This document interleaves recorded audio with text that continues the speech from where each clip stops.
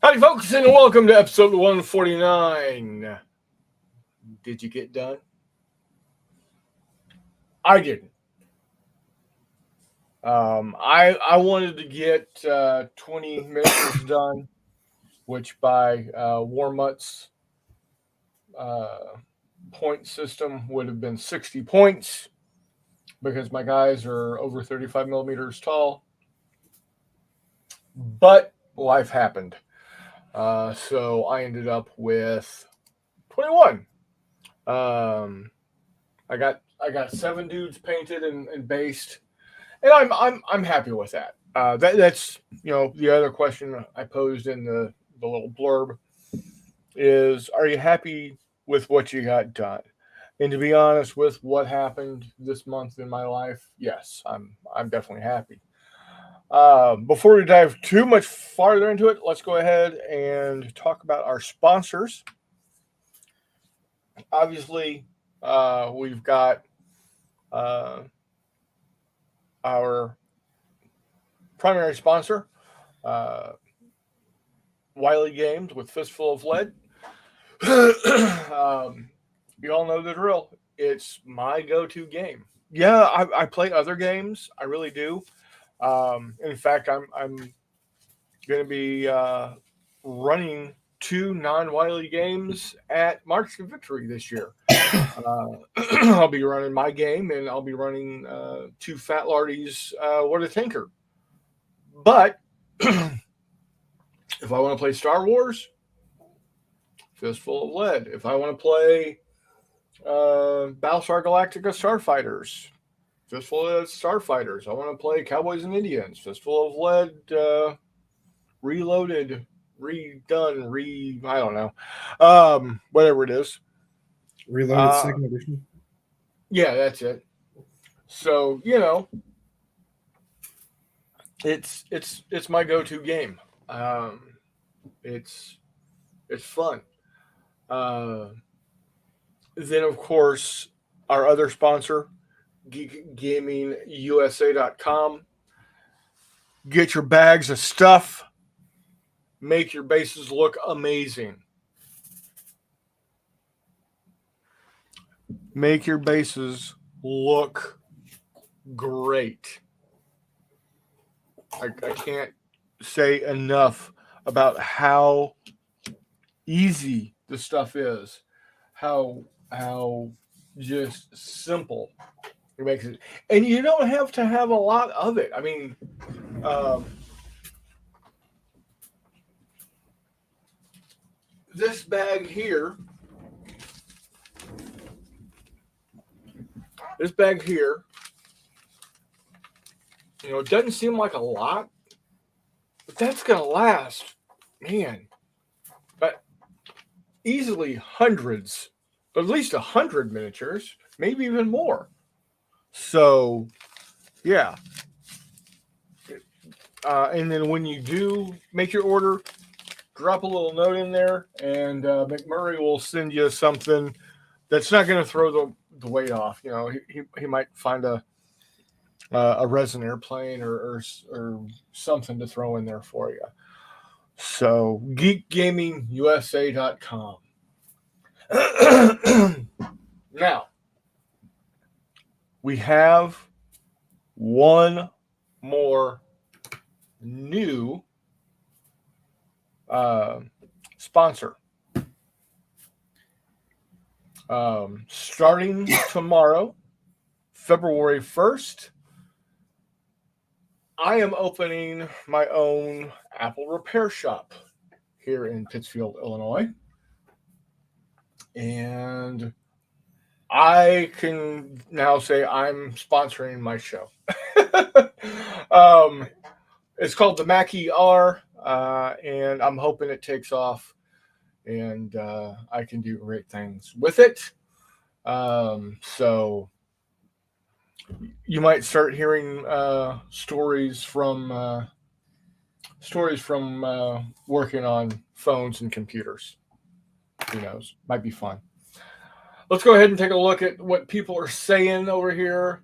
Reese himself came in early at, holy crap, 5:28. Was this before or after you got the phone call? I got that phone call yesterday. Oh, okay. I So was on my way home after. from work. So Okay. We might bring that phone call up here in a little bit. Ngoy says, "Hey everyone, and well done, you all." Yeah, for all of y'all that participated in the painting challenge and completed it, or at least are happy with what you got completed, congratulations, well done. Telemachus, when all else fails, I show up anyway. How you doing, Telemachus? Thanks for dropping in. Walkout Games, heyo. How you doing, sir? Chris Long, I know he's been painting like a fiend. Richard Keenan says hello. His cat's in the house. Sup, peeps? How you doing, Hiss? Hiss. I'm sorry, but Red Kingdom, baby. And we get to claim Red Kingdom. I don't know what the hell y'all are doing over there in San Fran, but yeah, I'm calling it San Fran, and it's not the city either, so fight it. well, after they lose, no one's going to stay sober on the San Francisco Bay. I don't know about the Corpus Christi Bay. Right, yeah. But... Carl says evening. Hex says, hey, how you doing, Hexy? Meander Mike, 18 done, working my last 16 stretch goal. Outstanding. I hope you get it done. Chris Long says, I'm still painting. As am I. If you want to screw with Reese getting to the total, keep asking him questions. You know, nice. I talk with my hands. Yep. Isn't that right? Yes, it is. Yes, it is. We got Telemachus said, I'm finished my main goal, 41 28mm minis, started quite a few more. Outstanding. That's averaging 10 a week, and that is outstanding. Charles came in with 121. You are a fiend, sir. That's averaging 30. 30. That's 3 followed by a 0. His cat says, hey, Hexy. And hey, Charles. Hexy wants to know what's up with his. Chris Long, I've been using the Martian Sand Mix. That's very good stuff. It is quite good. Telemachus, my first Wiley products arrives Friday. I finally got around to it. Outstanding, sir. You, if you're like the rest of us, will be hooked. I hope you'll enjoy it. Hissy responds to Hexy, all good. Then Gway gives a thumbs up. Mandarin Mike gives a congrats. His cat, Kratz, sir. I'm sure that's supposed to be Kratz. Yes, it is supposed to be Kratz. Telemachus, can you fix AirPods? No, the fix for AirPods is a whole unit replacement.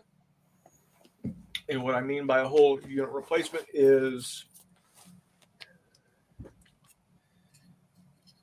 this little dauber right here. To replace it out of warranty is $70. So when 2 of them go bad, you're looking at $140 spent right there. Charles says, kitchen drain acting all bitchy again. Well, that's no good. Don't rinse your paintbrushes in it. Ningway says, I still can't get my Apple II Plus clone to display color, and I have changed several chips over the years, so perhaps you can help me. An Apple II Plus? Yeah, it should have come with color out of the box. Maybe your monitor is monochrome. That could be a thing. What you're wanting to do is find a 12-inch Apple RGB monitor. That'll fix you up quite nice. Hex says, I got none of mine done for the challenge. Outstanding. You, sir, win. You are the winner.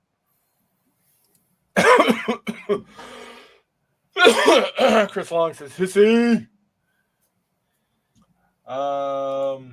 Hissy comes back with "Hey Wag," and Hexy says, "Hey Chris," and Chris Long says, "10 Banditos and 15 Stargate minis left." He says, "Be right back." Hissy says, "Looks like a penis." If you're talking about my AirPod, if your penis looks like that, you got problems. I'd go see a doctor. Uh, yeah, earbuds. Yeah, you gotta go. If that's what yours looks like, go get a doctor. Yay! Just got the Art of Wargaming by Peter Perla. Outstanding.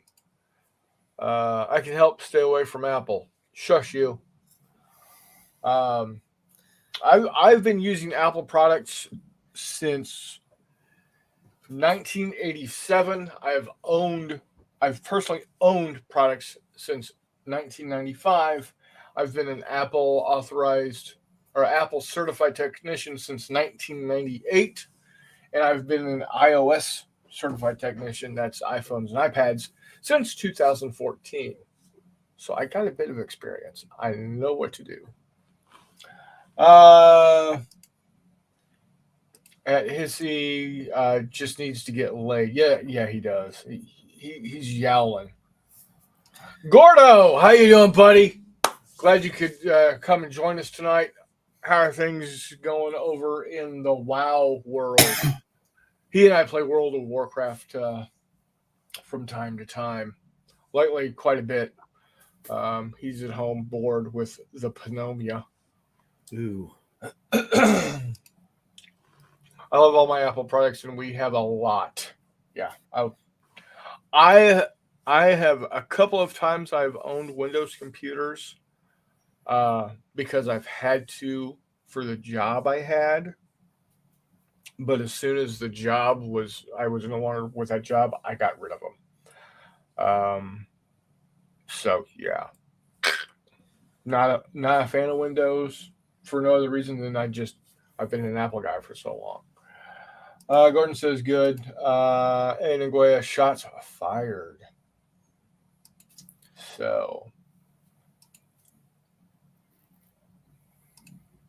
says because I know the feeling. Nice, Nguyen. All right, so now that Big Miniature Month is done, it's how I looked at it. I'm getting ready to start working on my next project that I'm working with my brother. I'm going to be working on this, and I'm going to be working on these. Continue with these. I've got an entire battalion ready to get sprayed in 1-to-1 M60s. But the next project I'm starting are these guys right here. This is a brigade, I think it is, or regiment. Shit, I can't remember.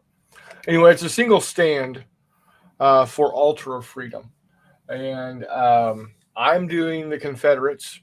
My brother Jay is doing the Union Army, and we are going to be running games. We're hoping for J3 to have enough to do Shiloh, maybe, just maybe have enough to do like day 1 or day 2 of Gettysburg, maybe. We're not sure yet. Do you have a weekend for J3 yet in June? Not yet. I need to talk to Jay, see if we can't get something nailed down sooner than later. So, but yeah. Now I picked up a book just before Christmas.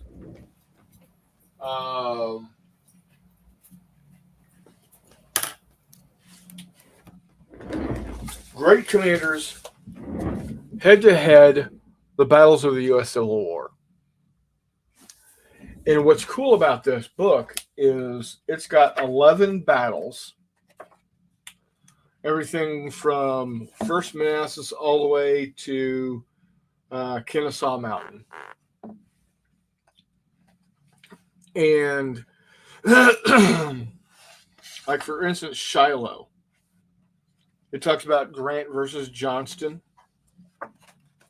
And what I like about it is, and there is Mr. McMurray himself. How you doing, sir? What's going on, everybody? Sorry for the noise. That's okay. Glad you could join us. I gotta go. My dog just turned the living room into a urinal. Oh, okay. His dog just turned what into a urinal? His living room. Nice. Yeah.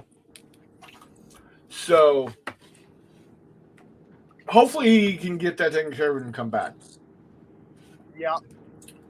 But what I like about this book, I'm showing a book that I got just before Christmas. Great Commanders Head-to-Head, The Battles of the U.S. Civil War.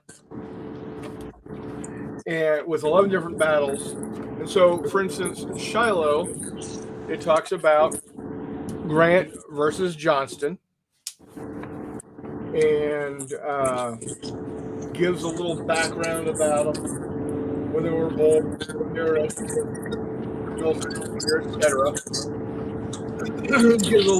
gives it's not real in-depth detail about the battle, but it's a couple pages worth. Got some nice pictures. But what I really like is that, for instance, it gives you the order of battle, and it breaks it down by brigade. So, for instance, this is the order of battle for the Union, and it breaks it down by the different brigades, which so happens to be... It breaks it down to the brigade, so it doesn't go into each regiment in the brigade. It gets down to the brigade. Right, which just so happens to be how Ultra Freedom has each base being a brigade. Correct. So I can use this to figure out how many stands I need for a certain battle if I don't already have the battle scenario from the guys over at 6mm ACW. Yeah. I'm not gonna lie to you, Greg's scenario books for that game are pretty fantastic. Oh, they are. They are. I got them virtually. That way, whenever I want to print off labels, I can just print the label pages. Right. Yeah. So, but the other thing I'm saying is that it's illustrative to me of how the commands are set up. I like it better. For me, visually, it's a little bit better than how they have it.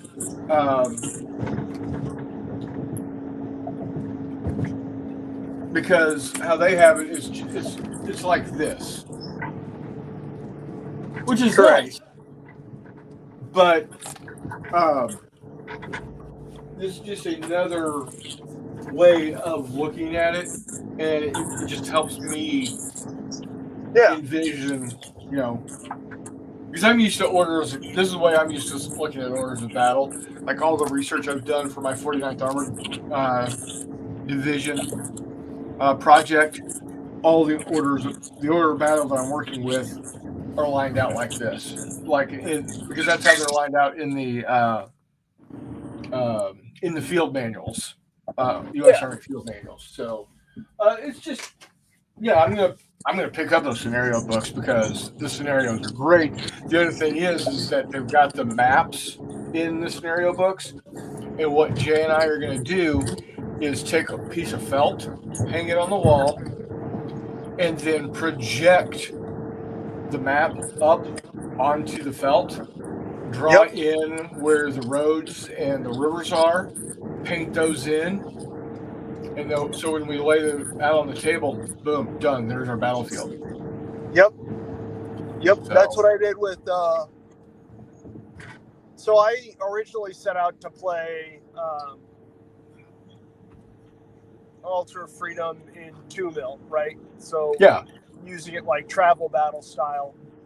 So instead of the bases being, I think, 60 by 30, right? Isn't that what they recommend? yeah. Yeah. Mine were inch by half inch. So not half scale, but kind of close-ish. Whatever. But then I cut the ranges and stuff down to centimeters instead of inches because that's a whole lot closer to the base scale, right? Right. Because it's just under half. But yeah, so then the battlefields I dropped down to half scale, which means that most of them were only on 2x2 pieces of cloth, which made it super manageable. And I wound up actually like painting in most of the small like 2x2 scenarios just with one map on one side of the cloth and another on the other side. So I found cloth that was 48 inches across, so getting 2 yards of that relatively cheap cloth meant all of a sudden I had like, I don't know, 9 maps, which is at 18. Yeah. So I think I cut up for 8 or 4 pieces in 2x2 size, and then kept the others as I have a couple that would be 8x4, and yeah. Very cool. It's a good way to do it. I mean, even without a projector, you can get kind of close because they do grid it off quite well. Yeah, exactly. But the projector, you get real precise. Big fan. Yeah, so because being that Jay's wife works at the school, she can grab one of the projectors from school and for the weekend, and we can sketch out as many of the battlefields as we want. Oh, I thought you were going to say you and Jay just went out at the school for a couple hours and did it. Well, we can do that too. It's. But yeah, so I've got one brigade done up on a popsicle stick, ready to spray and paint. So, Nice. And then I don't know where he gets the bases from. I don't know the website, but they're 2 millimeter thick, 30 by 60. And he also got some 30 by 30 for generals and artillery. Yep. But they're 2 millimeters thick and they're magnetic. Oh, nice. So we don't have the base and then a magnetic sheet. The base itself is made out of a magnetic material. Oh, that's badass.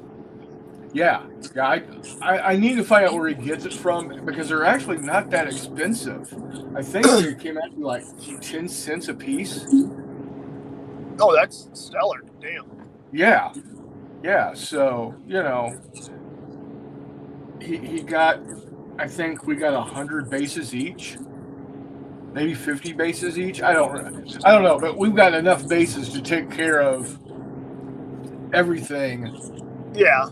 That's up through Gettysburg. Yeah, I mean that's what I wound up doing too. Which is a whole lot easier, granted, in 2 mil than it is in 6 mil. But yeah, I just wound up painting enough bases to play everything. Yeah. So yeah, I'm excited. This is the first time I've actually been excited about doing ACW. There you go. Because always before, it just I don't know. It seemed like so much painting had to be done. Because Fire and Fury Regimental and Johnny Reb and all of those, it just seemed like you had to have just hundreds of miniatures painted. Oh yeah, yeah, absolutely. And I mean, you still are going to have hundreds of miniatures painted. They're just drastically easier to paint. You're painting them in 6 instead of 15. Well, right, and you know, it's when you look at like for the Battle of Shiloh. There's Champion Hill. That's Antietam. Antietam's big. Antietam's big. I was about to say, forget Shiloh, dude. Yeah, Gettysburg or Chickamauga. Well, we're doing Shiloh because it's a good start, a good place to start. Accurate. Right? That's true. So for Shiloh, you are absolutely right. So for Shiloh, I'm going to need 1, 2, 3, 4, 5, 6, 7, 8, 9, 10, 11, 12, 13. Hey, Chris, just go to the back page. There's a table that's got what you need for every game. Oh, it does? Yep.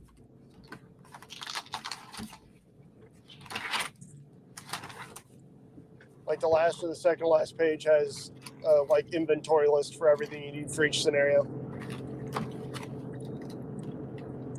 Huh. You must have taken it out.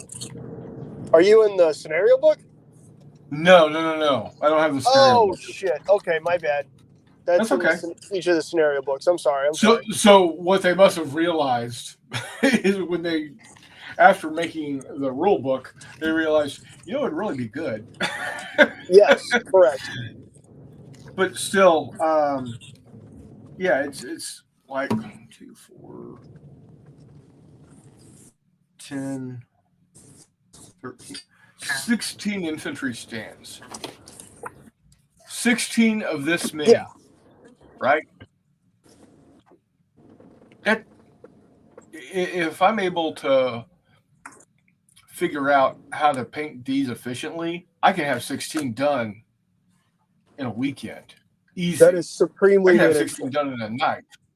Correct. Artillery, maybe a little more difficult because they're not in strips like this. They're in individual. They're mounted individually. They're by themselves. But Oh yeah, but I mean, you could still honestly what I would. I'd still almost say, like, for artillery, it might even be easier. Well, about the same ease because you can. I would just put all of these similar poses together on a strip. Oh yeah, I'm gonna do that.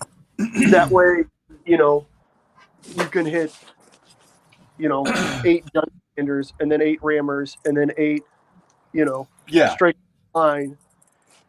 And then exactly.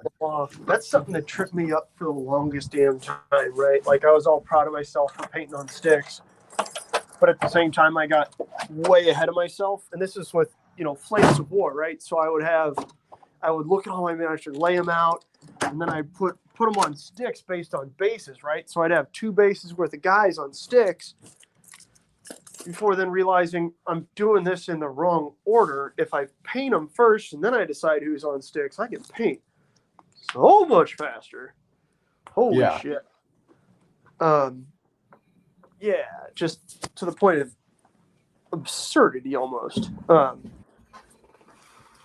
But is Bacchus still running their crazy sale right now? That is a good question. Let's find out. Oh, no. You don't have to worry about that. I'm just curious because I was looking at my 6mm colonial stuff. You do not need to worry about that. Because too late, I'm already here. To painting. Lindy's Super Sale. Sounds like it is. The other nice thing is that it's on sale, but it's over in the UK, so we know it's not going to go off sale before we order after the show is over. Right.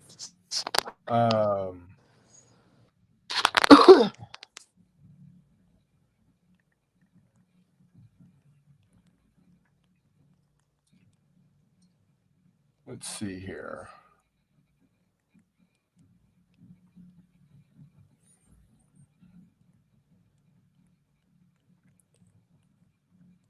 Yeah, you should be able to slide in and get the sale price.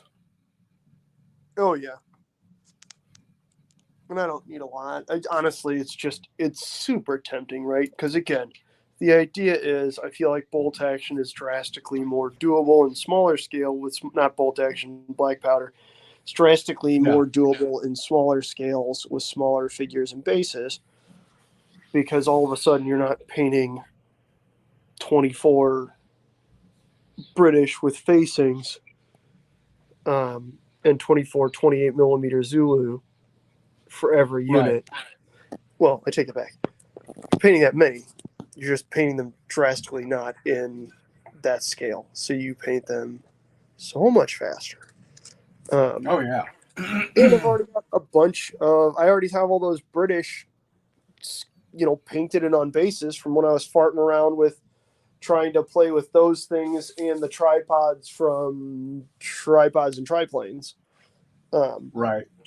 So even beyond everything else, just when it was okay, here we go. Like, let's just knock this out and be done with it. That being said, speaking of knock this out and be done with this, I am edging 3 shields, painting 2 crossbows and a few spear halves away from being done with like 30 additional figures for the mini War Mutt grand finale challenge Wapow surprise. Nice. Are you going to be anywhere close to 121 like Charles? Oh yeah, these are just 30 within the that I started about a week ago. I mean maybe not a week ago, 2 days ago. Yeah. I painted all those 15 millimeter like World War I turn of the century figures were earlier this month, so that's a couple hundred between the British and the Americans. As well as I painted all those 54 millimeter. Well, I guess there's only 5 of those 54 millimeter gladiators, but I did paint those 54 millimeter gladiators. I did paint those. I don't think they count for Brian's challenge, but I did paint that big batch of 12400 Royal Australian Navy as well. There you go. 6 Semper, long live Polly and everything. Yeah. But yeah, I think I did. There's 8 or 15 maybe vessels in that batch. Because it's kind of the starting lineup for the Royal Australian Navy. So you got the Tin Can Flotilla, and then 4 cruisers, 4 light cruisers, 3 of which are modified Leanders, and the 2 heavies. So Australian Canberra. Right. But I think you've got Sydney, Perth, Hobart, and then Adelaide is the older 4-stack cruiser. So that's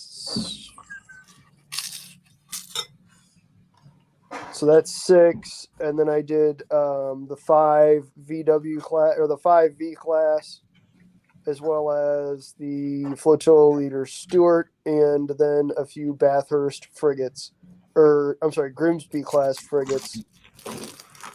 So yeah, I don't think there's actually a full 15 there. I think I did like 13 or 14 of them, but either way, yeah. Yep. A good number. Which is always a good thing. Yeah. Again, the issue is I hadn't painted any 28s, so I was like, I should probably do something in 28 millimeter. So I have all these medieval sort of dudes.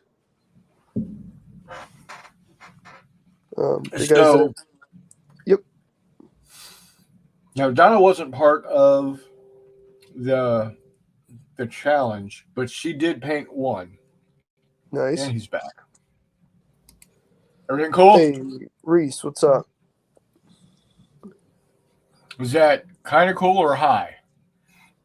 Kind of cool. Not really. Okay. Still. Hey, if you need to be somewhere else, totally understand. No, I cleaned it up. I took him out. He's in his crate. Okay. So. All right. But so Donna did paint a miniature. I'm gonna blow myself up here. I feel like in your dog's defense, Reese, you get to pee in the house. You know, I've tried to teach him to use a toilet. Really? So there you go. She painted up this little pirate dude. It's Privateer Press. It's from oh damn. It's either War Machine or Hordes. I don't remember which. But yeah, Nice. that's her doing right there. Get after it, Donna. She knocked him out in an evening. Looking good. She's super talented, and it's like she makes my stuff look pale in comparison. Reese, how's the 54 coming? Slow. Slow? Why is that? I've been sick. I've had a funeral. I've had work. I've had a bunch of stuff. So. Well, I mean, I'm not saying that you need to be painting on them all the time, but like when you're getting them painted, how they come along? Oh, when they are actually getting painted, they're great. But I am very slow at getting them done. Oh, that'll happen. Fuck it, whatever. But the night's still young. Like a month and a half and change. So. Oh yeah, for sure. I've got maybe 30 more Americans to do. On the bright side, your terrain's like done. That looks awesome. Yeah, I need to spray paint what's white, but that's a 2-hour project. Yeah, exactly. I'm about to say you're building rubble piles too, aren't you? Those white things in the road are rubble piles. Oh, they already are. Yeah, they're cast calcium type plaster piles. Oh, nice. Get after it. Yeah, you're pretty much. Yeah, okay, then you're fine. Especially if that's. I thought you were still building the rubble piles. No, the rubble piles are built. Yeah, those are good. Gray rubble piles. Oh no, Reese, what are you gonna do, buddy? I'm gonna spray paint them black, dry brush them gray, and call them done. No, I was kidding. Yeah, you're gonna be done with those in a half second. Same with the sidewalks. So. Yeah, buddy. I'm working on my last. I don't know if there's a full 30 here. I think there's probably like 28 or 29 because there's 14 of one, and then somewhere around that of the other, there might be 16 of the other. I don't know. Of two kind of different styles, but they're these guys I've been painting up that are again a couple winters ago during the All Hobbies Painting Challenge, I did 4 mounted knights that are in orange livery, like the bad guys in Braveheart. And so I grabbed a few more guys that are, I think, so 14 of them are the Old Glory Robin Hood bad guys. Yeah. So not entirely the same period, but certainly close enough, given that I'm not painting them in, anyone's specific livery or anything like that. Like, they work just fine. And then I have some other guys that I don't know where the hell I got them. And again, they're a little earlier, like just in terms of they got like Norman kite shields or like Norman teardrop shields instead of kite shields.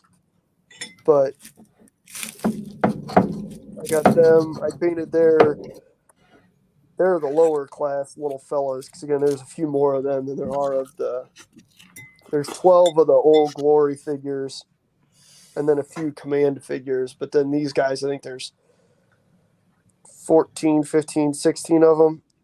And most of them have, shields and spears, not just swords. What's your plan for those? I don't fucking know, man. I need to make use of this damn castle that I have.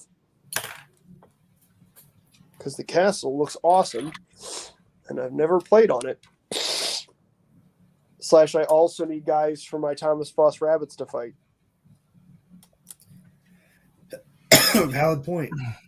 And these guys seem like guys who might fight Thomas Foss rabbits until I can find suitable animal enemies for them.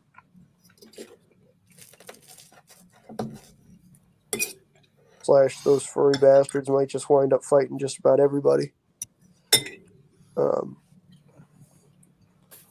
But no, it's honestly they're some of those figures that I've had for long enough that okay, I'm gonna paint these. These should be simple enough to paint. We're just gonna knock them out. So here we are, knocking them out. And they've been pretty good. I've done a lot of kind of just different stuff on them that I haven't really messed with before. So with the Robin Hood guys, I wound up Zenithal priming them, like priming with my normal, Krylon Camo Tan. Then I went through and hit them with a Zenithal with an airbrush with white, which worked out a little better than I thought it would. Quite happy with that. And then I used some of the Speed Paint 2 metallics on them to see how those worked out. That worked out pretty good. I've used a combination of speed paints and regular acrylics on the other guys as well. It's just one of those, okay, well, we're learning, we're doing new stuff. This is fun. This is working out. Can't be mad at this. And it's getting another, 20 or so figures, 30 figures done and on the table. And the next round might be the Merry Men end of the Robin Hood stuff. That'd be pretty cool. Yeah, man. Because I've got, again, probably 15 to 20 of them. Because I have some special characters of theirs from Old Glory, as well as some special characters from Footsore. So there's a pretty good variety in there also, which is actually, I think I talked about this. Chris, didn't I talk about this a week or so ago about how these Old Glory figures for the Robin Hood stuff are some of the best sculpts I've seen out of them, and there's no repeat sculpts. They're pretty outstanding. And you can get them as your free figures when you renew your membership, which is pretty cool because I didn't pay for that is one of the big 12-man sets. Yeah, that was pretty slick. Hey, would you mind tossing that in as my free figures? Yeah, that's fine. Nice. Pay $40 for membership, get $24 worth of miniatures for free right off the bat, and then it's paid for itself with the rest of the order. Awesome. Done. Right. Everything beyond there is gravy, which is good because I've already ordered a shitload more stuff. But yeah. Big fan. Like Old Glory quite a bit. I will be back eventually. Oh, yeah? Oh.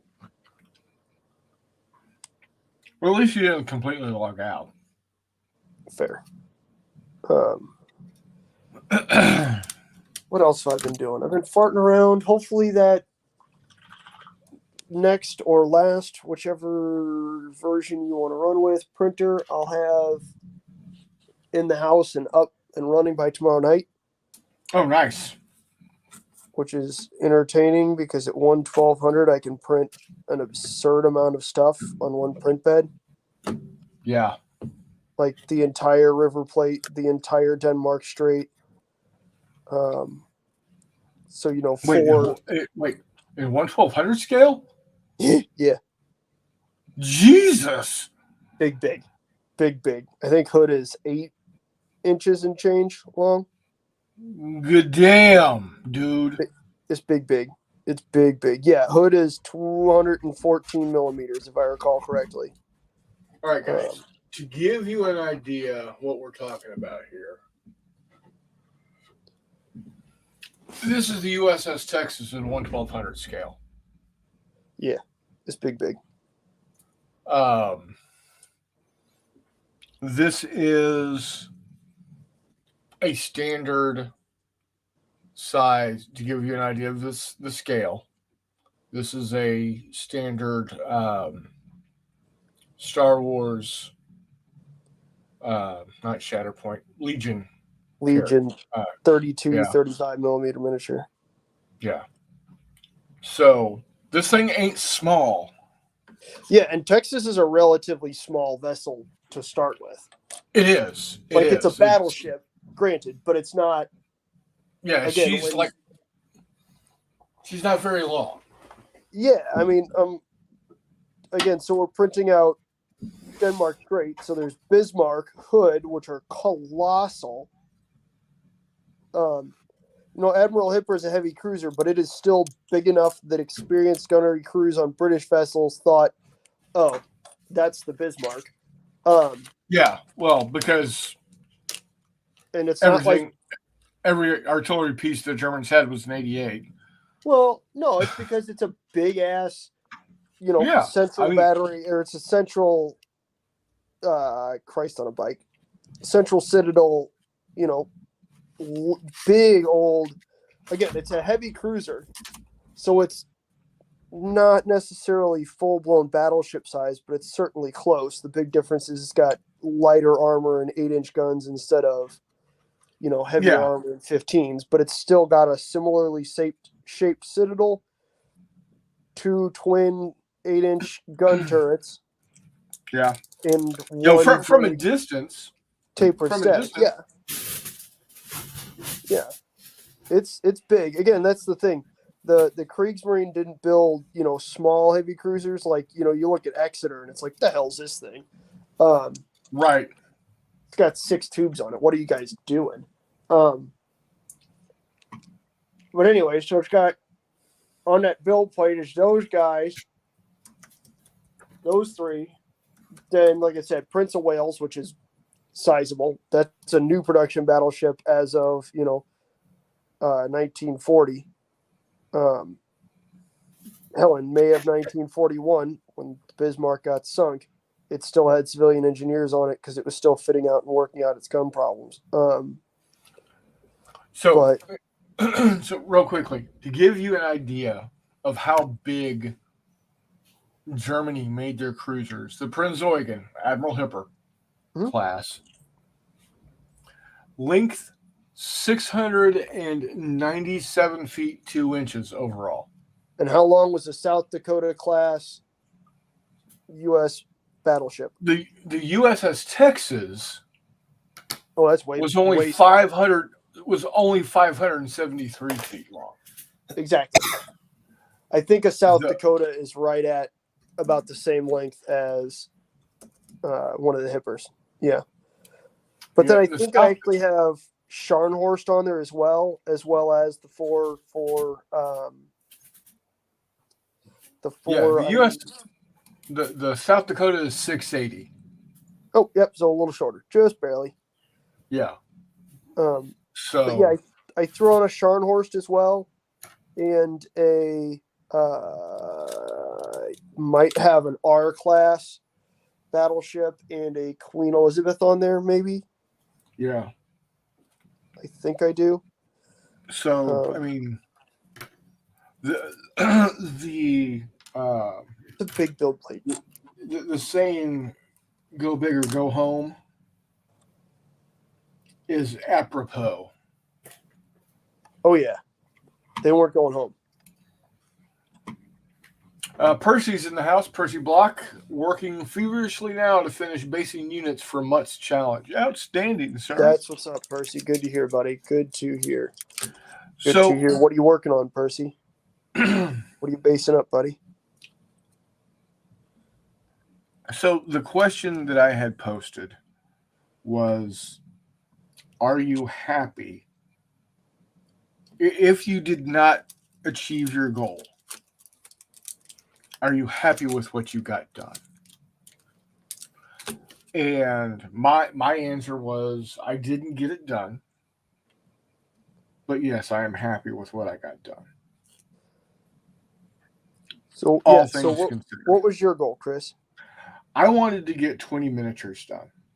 20 of my Star Wars Legion scale miniatures. I got 7. Okay. Well, follow-up question: are you painting right now? I'm prepping. Okay. And the reason I'm not painting is because my eyes are exhausted.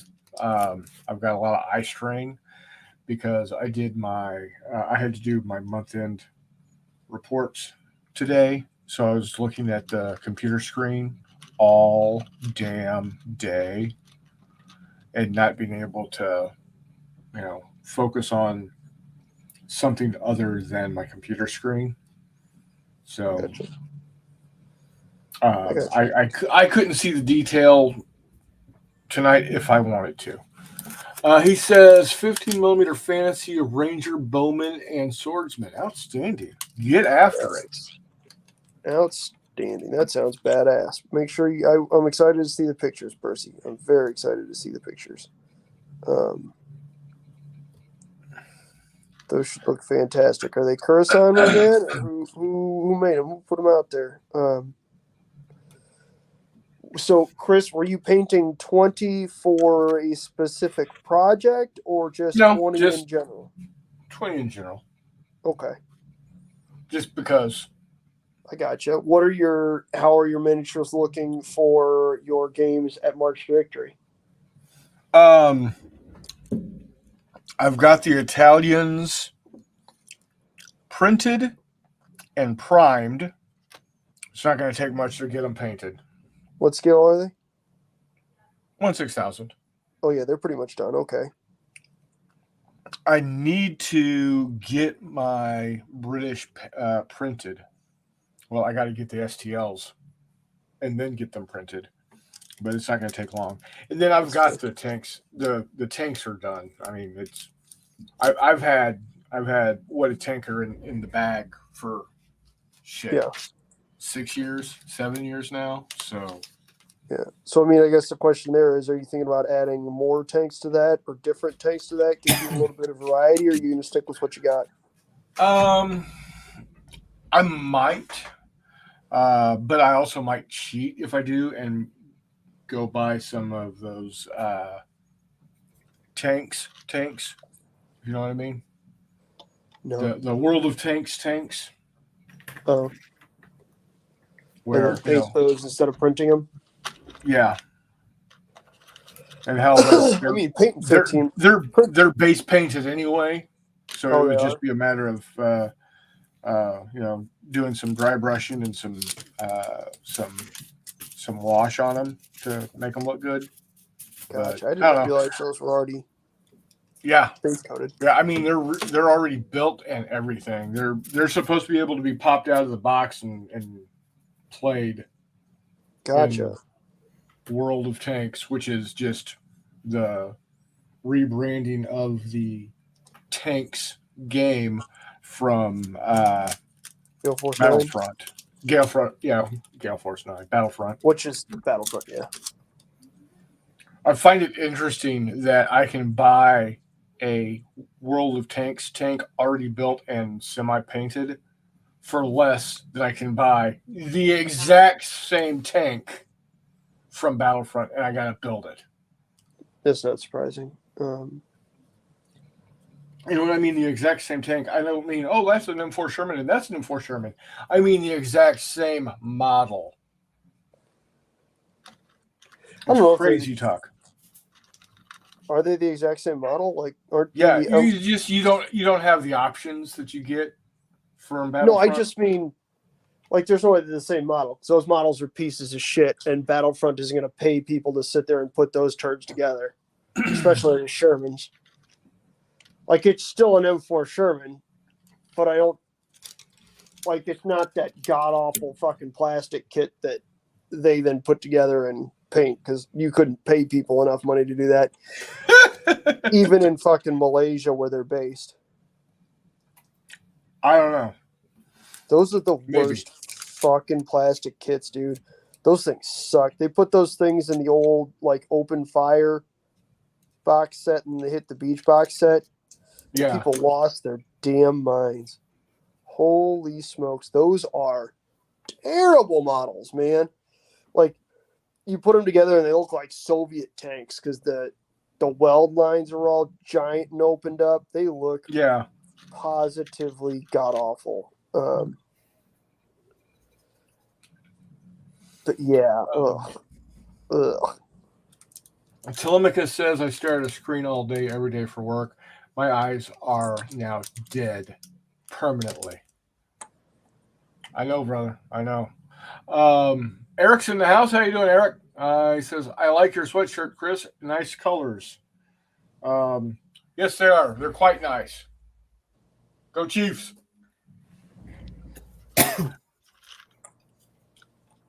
I know this isn't a sports ball broadcast, but I will bring up the fact that this is what is considered a down year for the Chiefs, and they're the Is it? AFC West. Yeah, that's what everybody's been saying. It's a down year for the Chiefs. That seems rather silly.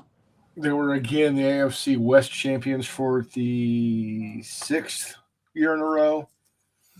They made the AFC Championship game for the 5th year in a row, or 6th year in a row, and they are going to the Super Bowl for the 4th time in 5 years.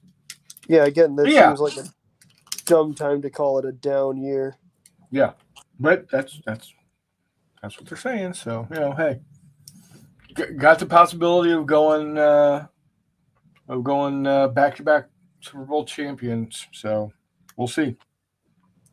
Until it says they failed their way into the championship. Yeah. Hey, if that's failing, I'm all for it. And I like War Mutt, am not a new bandwagon fan. I have been a Chiefs fan since about 1985. I can remember the years of horrible games and horrible seasons, and Lynn fucking Elliott, who couldn't kick a field goal to save his damned life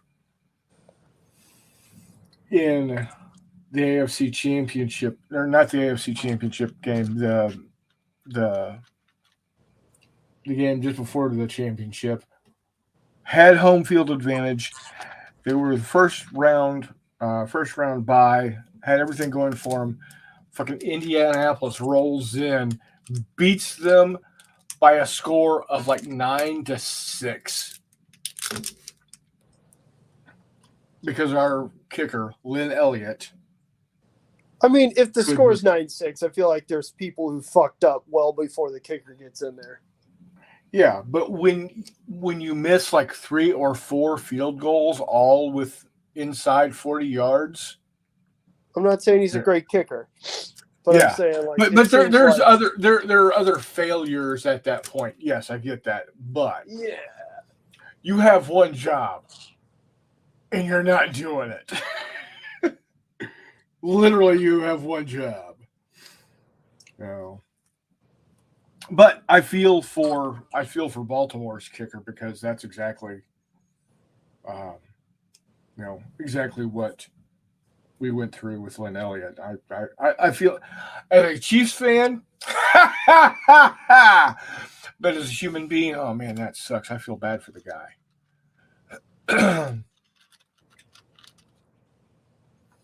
It says, then the years of Dick Vermeil takes them to the Super Bowl and can never get over the hump, maddening their fans.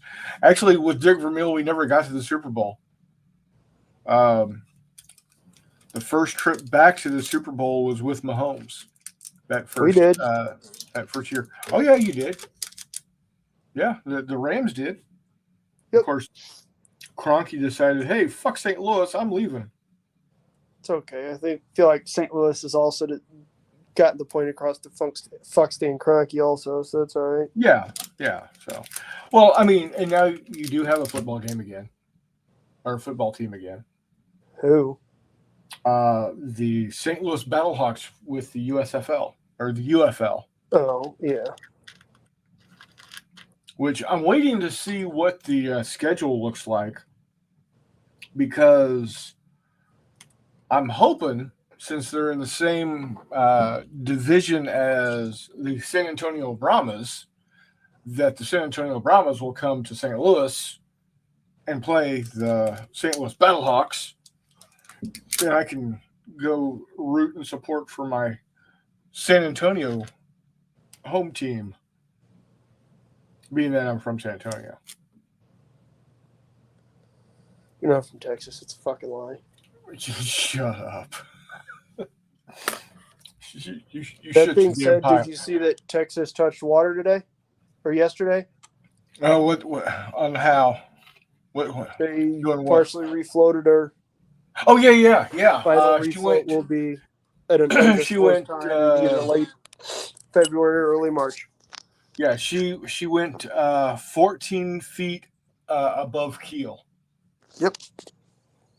Looking for leaks. They found some. They were expecting to find them. They found them. They've marked them. They're gonna bring her back up. They're gonna fix, and they're gonna fix them. So she will be watertight as a ship can get when she gets permanently refloated and put to her berth at in Galveston. So, if anybody wants to go see a 110-year-old battleship, head to Galveston in a couple of months. So, last of the dreadnoughts, and really last of the super dreadnoughts. I mean, it seems like basically everything after that also still qualifies as a super dreadnought. Not like we have super duper dreadnoughts. Yeah. Well, I think they were once they got past. I guess they decided when the Nevadas came out, because the Nevadas were the first all or nothing armor. They became a different style of battleship. I mean, so are the British battleships all the way through are they still super dreadnoughts all the way through? I don't know. Were they The was British, like the Nelson and Rodney, were they an all or nothing design? it depends. But they certainly held on to that a whole lot longer than or they certainly held off that change a whole lot longer than the US did. Yeah. I mean, I would argue that the defining feature between dreadnought and dreadnought and super dreadnoughts was the bridge to greater than that 13-inch or that breaking a 13-inch barrier for the main armament. Yeah. Which I feel like that's the biggest change you could argue, other than maybe then a transition to U.S. style fast battleships, but that's more of a semantic change than anything that actually fucking matters. Well, I mean, like I said, you had the on the Nevadas, you had and everything past that, you had that all or nothing armor situation. Correct, but that's not a dreadnought versus non-dread. It's not unique. That isn't a unique to battleships change, right? And it's also not. That's only a differentiating factor in the U.S. Navy at that point.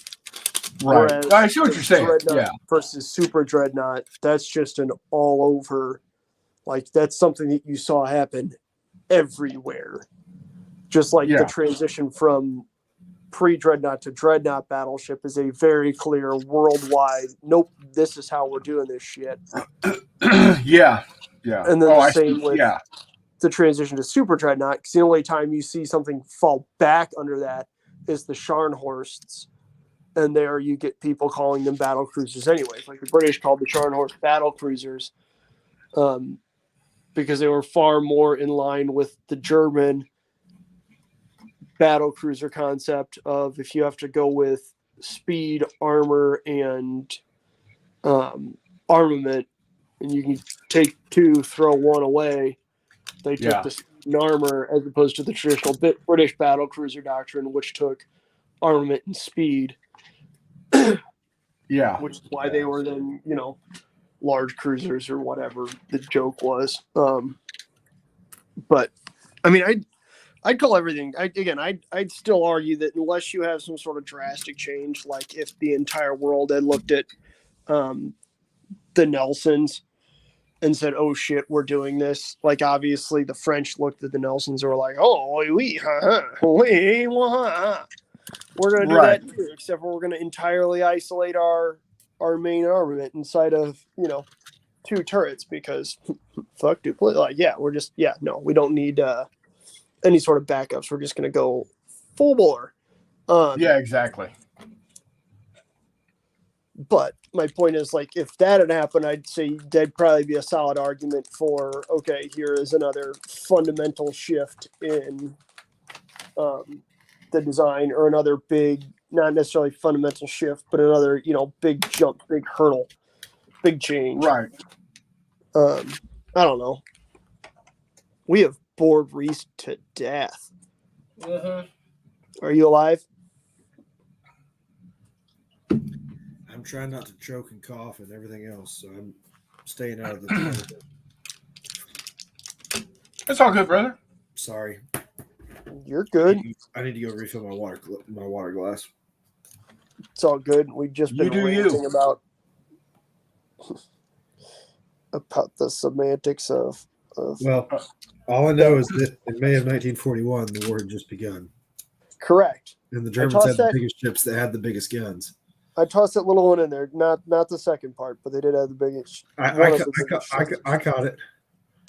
Okay, good. Yeah, not the biggest guns. They're still only 15s, but they're working on it. They're trying. Bless their little dumb hearts. Yeah. And by the biggest ships, they mean the biggest ship. There was only one of them. Oops. Another little bless their goofy little hearts. Well, I guess Tirpitz's hull was in the water, but then again, so was. Oh hell, what's the German fucking battleship or German aircraft carrier name? Graf Zeppelin. Graf Zeppelin, yeah. Yeah, Graf Zeppelin's hull was in the water too. Hell, Graf Zeppelin's flight deck was assembled in 1939. It's cool, guys. Good job. Look at you go. Look at you, little guys. You're trying so hard. Here's your bozo button. Yeah. As the state starts fucking cranking out aircraft carriers like mimeographs. Ka-chunk, ka-chunk, ka-chunk, Yeah. ka-chunk. Exactly. Yeah. Like, it's mind-boggling that we managed to put 24 fully assembled and fitted out and done Essex hulls into the water. Like, that's damn impressive. Yeah. And then it's like, wait a minute, those are the top of the line, biggest, those are the aircraft carriers. Yeah. You look at light carriers, you look at kite carriers, you look at the Jeeps, and it's just one of those, holy shit. Like, yeah that's right. We're using aircraft carriers for transportation. Yeah. Well, I think I remember I counted it up, and we had something like 110 aircraft carriers in August of 1945. Easily. That wouldn't surprise me if that's just, What you got there? Hang on. Kites. I got McMurray will shout it out. And just Hang on. I got to pull my phone up. Oh, no. The viewers are going to have it called out before I do. All right. We are looking at. Let me embiggen it.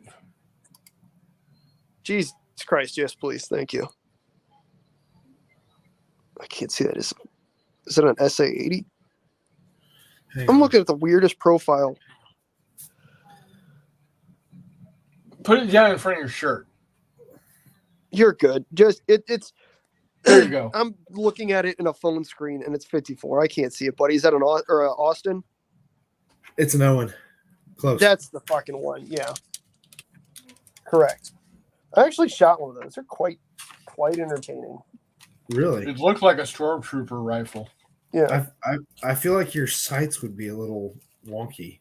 No, because the mag isn't dead straight up and down. It's canted off to the side. Really? Yeah. I don't know why I thought it had offset sights like the Bren. Nope. The magazine is knocked over to the side like, I don't know, 20 degrees or something. I got It's you. fucking weird. Does it feed reliably? I mean, it's got gravity to help it. I mean, yeah. Again, the As thing is, the one I was reliable shooting as a had, 1940s 9mm Parabellum submachine I mean, gun. yeah. So I mean, that's the thing, right? You got to keep in mind that the one I was shooting was 80 years old and has had easily hundreds of thousands of rounds through it. And yeah, so especially if you feed it like surplus 124, like NATO surplus 124, it eats it all day because most of the time that's made for submachine guns anyways. Oh yeah. If you're trying to feed Walmart Blazer Brass 115 through it, it's going to shake up. I'm sure aluminum case 115 will just get eat. Oh yeah, and just chewed up and spit out. Yeah. Well, I take that back. If it get chewed up, it won't spit it out. You know what I meant. Yeah. But it's cool to shoot. It's weird. It feels weird, man. Like, because not only is the center of gravity super high, because the whole magazine sticks out, but then also it's built like a Sten. So the magazine's got a little bit of play to it, even when it's in, and it's then canted off to the side. So it's just, it feels weird. It doesn't shoot. It's not unpleasant to shoot. Here's my spotter for Carlos. Very Nice. nice.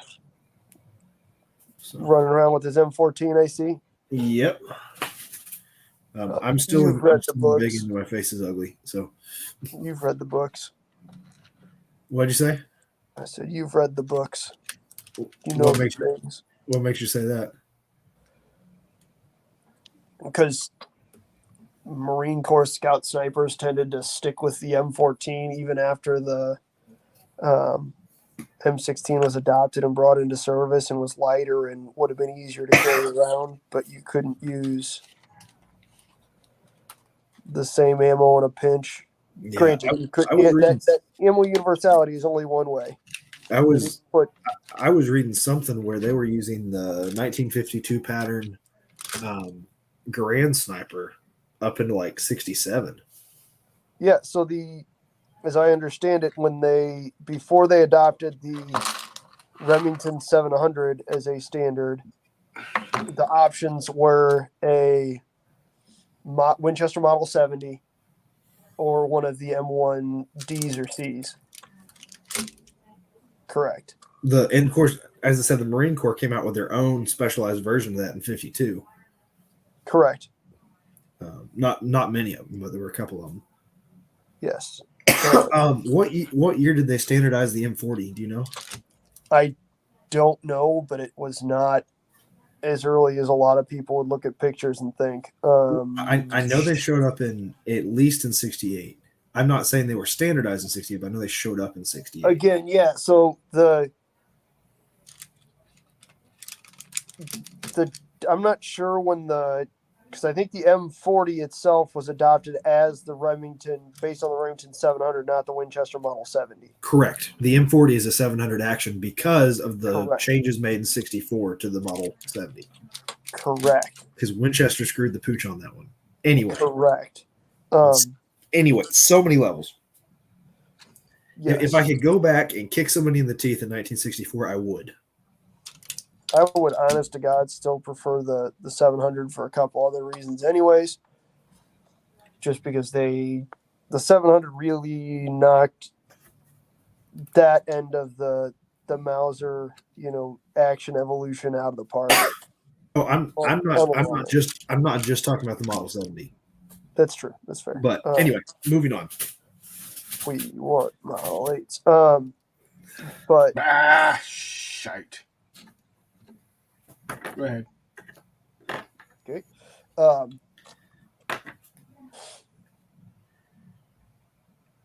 Where were we? model '70s. the Remington 700 showing up in Vietnam in '68. Is that, I don't know. That'd be a question for the books. I know it's there in February of '68. I bet it's there beforehand. I bet Well, it's I'm there. sure it's there. I don't know when the official adoption and that hard switch, for And lack of a better term. I didn't realize that they were putting him in Macmillan composite stocks or polymer stocks or whatever in like '69 and '70. Yeah, the wild fiberglassies, The fiberglass stock. Yeah, I didn't know that. early fiberglass, baby. I thought that started in the '80s. No, I mean, because again, so they had that as soon as the part of the M4 or M14 blame was the wood warps or whatnot. Oh yeah.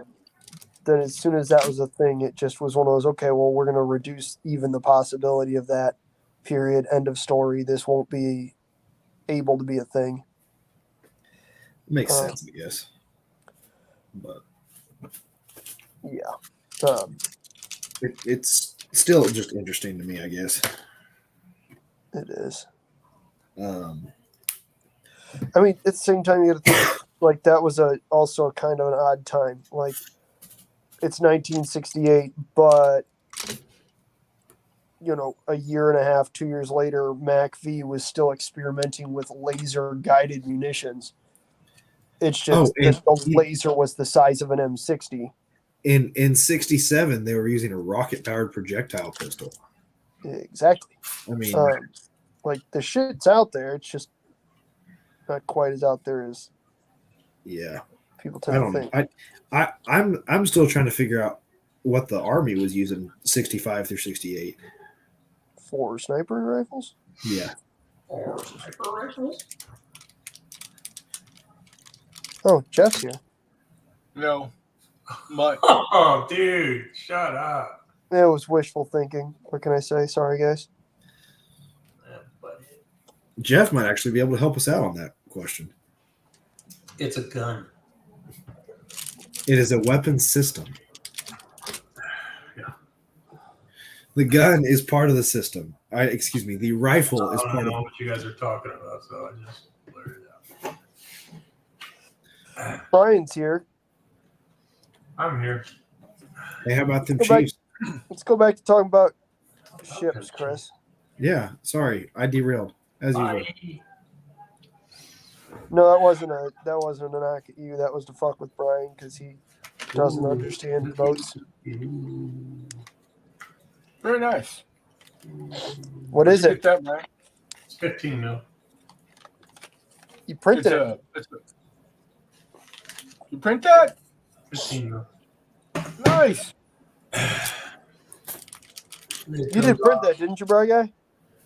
No, this is the last thing I ordered for 3D print thing, whatever. But I got files for 28 mil down, ready to be printed. Yeah, I was about to say I printed.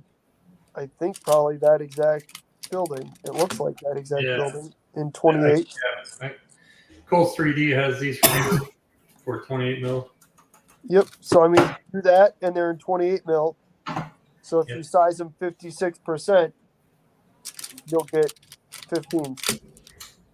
Yeah, I don't know anything about that stuff. Well, that's why I'm telling you. I don't know how to put the percentage in. That's what he's telling you. I don't know how to put the percentage in. I guess where I see on your slicer. Oh, the slicer. Okay, see. Yeah. So on Chitterbox, when you're doing that, because I know the X, Y, whatever, Z stuff, whatever. But you're good. We'll walk you through it. It's not hard. Yeah. Okay. Don't worry, I still struggle with it too, Brian. Brian, you want to see something cool?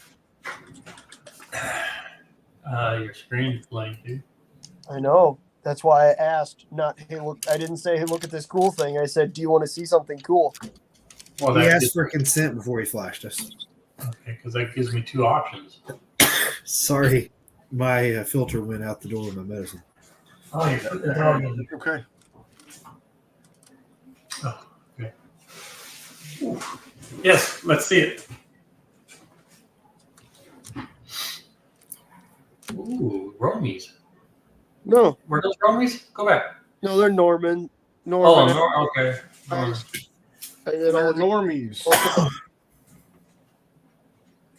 Wow, look at all that. we're just going to touch up the Sheriff of Nottingham, Prince John, and King Richard. King Richard, I think I'm going to keep his tunic white and put like a cross on it, right? 'Cause he's a returning crusader. I might just leave it like that though and paint his hair. I kind of like how that looks because he wasn't a member of a monastic order anyways. So I might just do his hair and then wash the tunic. But We're going Robin Hood action here. yep, there's Prince John. I might do his cloak in a color and keep his tunic clean. Why don't they look like lions? Aye.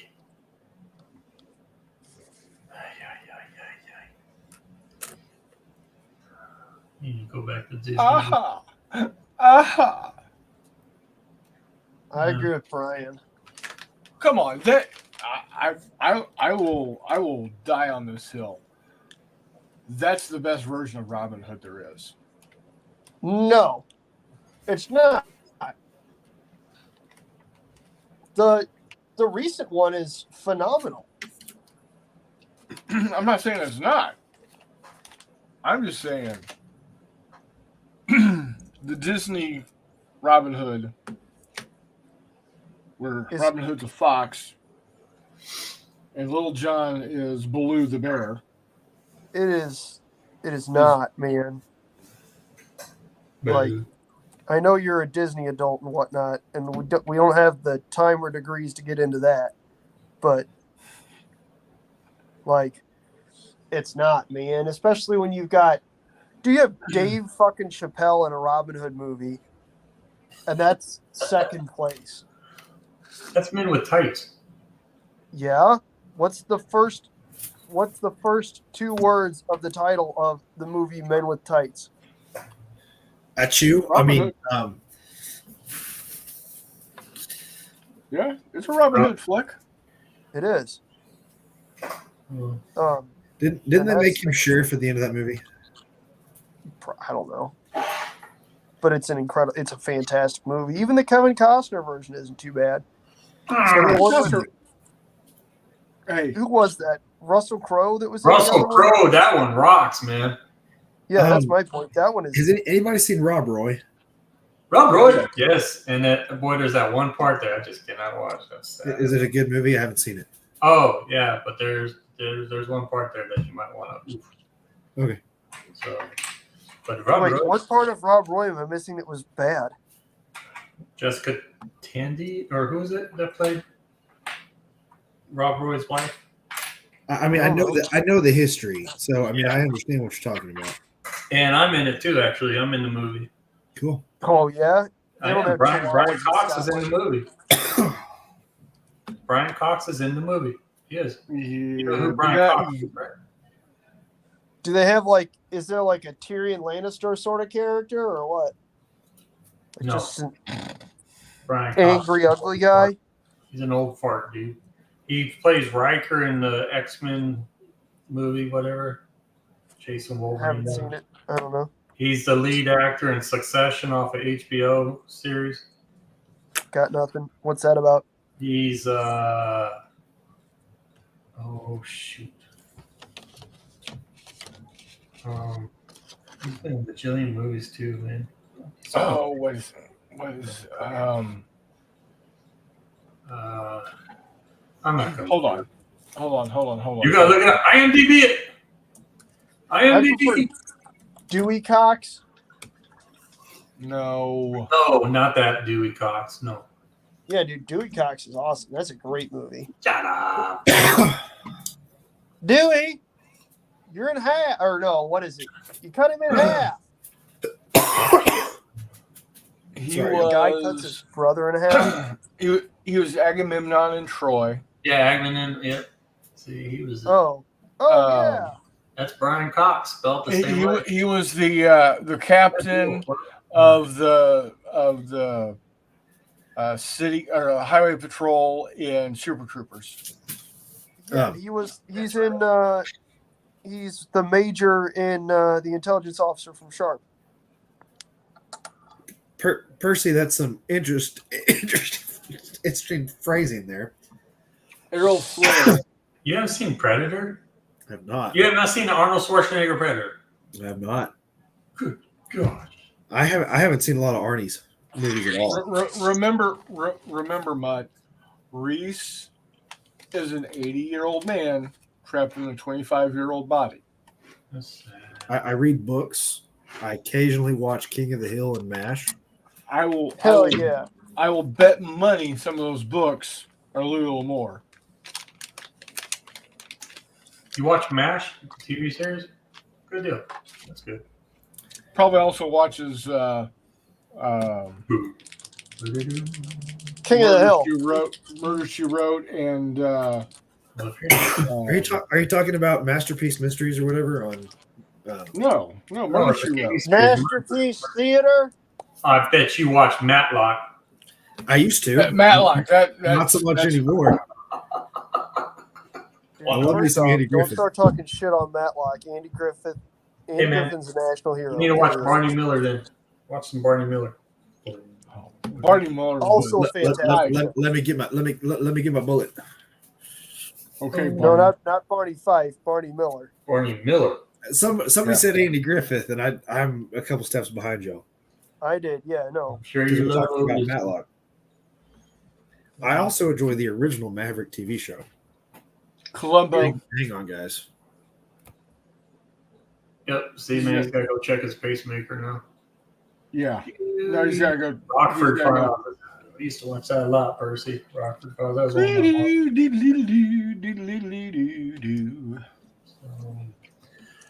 So McMurray, I got the table set up. I saw that. I'm pretty. That means we're Seriously. probably only like a year and a half out from playing the game. 2 years. I went back to watch the video to get you guys' because I already forgot who's who in it. So, but Keegan's dudes are dead. Correct. I see we did. But I mean, we could add players. It just doesn't have to be you and Greg. We got some others in there. So it's going to be now trying to find the time to do it. Which I think we should add Jeffy. Huh? I said I think we should add Jeffy. Oh, he's totally out of miniatures. You bring him miniatures, man, he doesn't listen. So Well, I tell you what, if you run Picacho Peak, he'll play that, and then he said he's fine. Dude, He no, just needs to play I miniatures. got my way out. He's not in the miniatures, so I don't have to do Picasso Peak anymore. You better do fucking Picacho Peak. How are you gonna not? All right, Ashley, do how you doing? Pikachu Pass? What? How are you gonna not do Pikachu Pass? Oh, I know. I know. It's Picacho Pass, isn't it? Yeah, it's Picasso Pass. Yeah, because I was about to say I thought Pikachu Peak was always the joke. So Well, the Rock Spire is Picacho Peak, but the battle is Picacho Pass. yeah, when I went there to visit on the way back from Bisbee and stuff, I was telling the guy, I was like, "Oh crap, I'm looking at the wrong area." Percy, you're missing out. You're missing the best show of the '80s. What's that? Magnum PI. Oh, Magnum. Brian. The issue is you never made your like super awesome Picacho Peak video to try and like beat that little girl because her video Oh was. man, I can't compete with that one, dude. No way. Dude, okay, so if you guys look up Picacho Pass, right, like the actual engagement on YouTube, there's like a 6th grade girl who for like a class project Yeah. did a video on it, Freaking. and it's one of the best fucking videos I've ever seen in terms of like clear, concise wrapping up a historical engagement. It is mind-boggling. Was it like a History Day project or something? Or Yeah, it was like obviously it was like a school project, but golly, she did. no, I mean like Dude, National History Day is a thing. Yes, but Yeah. she did whatever the hell it was. She knocked that shit out of the park. Yeah. And it's hilarious. Because when you look it up, there's like her video and then a couple others that are obviously done by, adults who are trying to do stuff. And Mhm. failed. And hers is fucking awesome. She did a good job. She did. So yeah, everybody who's wondering what the hell we're talking about with Pikachu Pass all the time, we're talking about the Battle of Picacho Peak. Or, I'm sorry, the Battle of Picacho Pass that happened in New Mexico in Brian's backyard. Not New Mexico. Whatever, dude. You weren't a state anyways. Well, yeah, it was a territory. Yes, it was territory. So it happened in a state of confusion. And there's a young lady on YouTube who did a stellar video about it that you should all go watch because it's quite informative and awesome. yeah. And I would say go encourage her to make Go. more videos. But There you go. You found Seems it. weird. So the westernmost How old is it now, though? What? How old is that video now, though? Oh, dude, it's pretty old. Yeah. 5 years.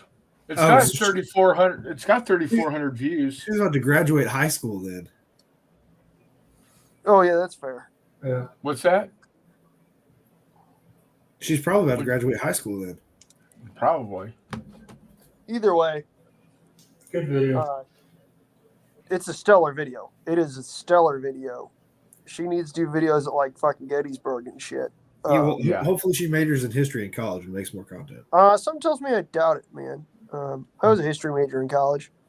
History And majors are usually what they become teachers and work at museums and all that kind of stuff, right? most of them that I know have become like fucking baristas and done absolutely nothing with their lives. Yeah, kind That's of kind of like a psychology degree. Yeah, a history major doesn't go very far just with a bachelor's degree, unfortunately. Neither does geography.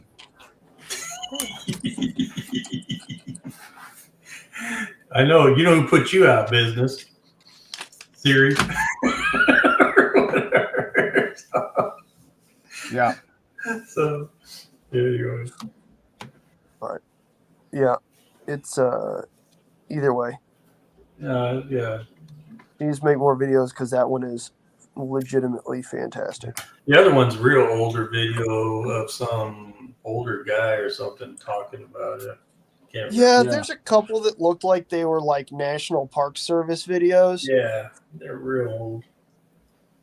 So, Yeah, they're not the greatest. They're not my favorite. Hot take, but I find national park videos basic and annoyingly, I don't know, cheesy, low budget. Some of them are stellar. Some of them really suck. The one about Picacho Peak sucks. well, yeah, because they're working off of grant money and stuff like that, man. So, I mean, she's working off like lunch money. yeah. Facts. Like, you can't tell me that the National Park Service had less funding for their shitty video than she did for that obnoxiously stellar one. Leave it to a sixth grade girl to do more in better quality with less money than the United States government. Yeah. Making efficient use of money, or more efficient use of money than the government, should be something that a seventh grader is able to do just as a basic part of like seventh grade home ec. There's surprises in this game, Murray. There were surprises in the last game. Remember what happened to them? No, there's surprises in this. So in the last game, Brian decided to spawn a werewolf right in front of me as I was picking something up from a guy, You lucked out on your rolls too. and then got really surprised when I shot it in the face. Is that what you're supposed to do with werewolves? That's what I thought. The freaking die rolls he was doing was like impossible crap. Did you ask him? Yeah. Did you ask him who his tailor was? I was pissed, man. Brian, you had him pop up like quite literally as I was picking something up off. I the know. guy, So, yeah. which also was what you told us we needed to do. Yeah, So I it's know. kind of one of those like, come on, man. Were you picking up a Chinese menu, or was it just like? I got no candy. He did not have a Chinese menu in his hand. I checked. Was his hair perfect? No. Was he Oh, drinking well. a He pina was a colada cowboy. Trader Vic's? That had a map that we needed. Those little blue And guys then came Brian after you decided too. to turn him into a werewolf as I was leaning down to pick up the map. You knew that was a great idea I did there, where I was telling him from this how I was setting it up at the beginning, how you guys were coming in the train, and he noticed the town folk was leaving the town, because like a regular gunfight, a lot of the town folk leave, they hide or get out of town. Anybody know where And that? I'm still talking, and left it all there. And you guys, I don't think you guys figured out what was going on. You were just taking it as, okay, they're out of town because it's going to be a gunfight going on. And then towards the end, they come back, but they're all blue demons. Yeah. It was great. So, anyway. Well, it was just confusing. Like, if they're going to turn into demons, why would they run away? So, they were trapping you in there. It was a trap, remember? They bring you in, Spider said to the fly, bring you in through the train. You guys get in there and whatever, and then they come back in and voila, trap you. Did they trap us, though? They surround you on both sides, except you had the one way out through the train.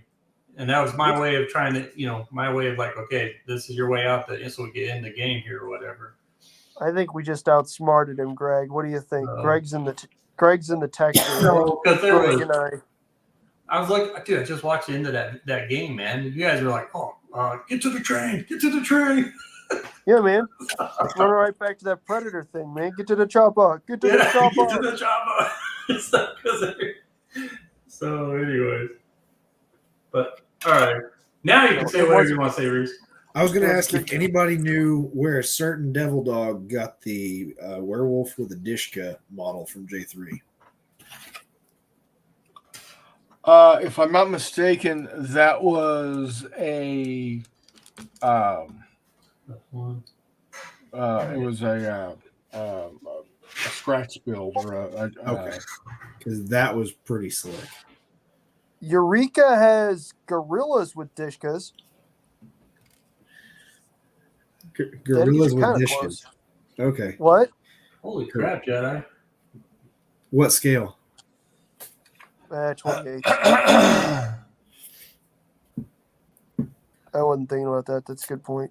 Jedi Jim says, finishing my last vid for upload tonight. 53 minis done this month.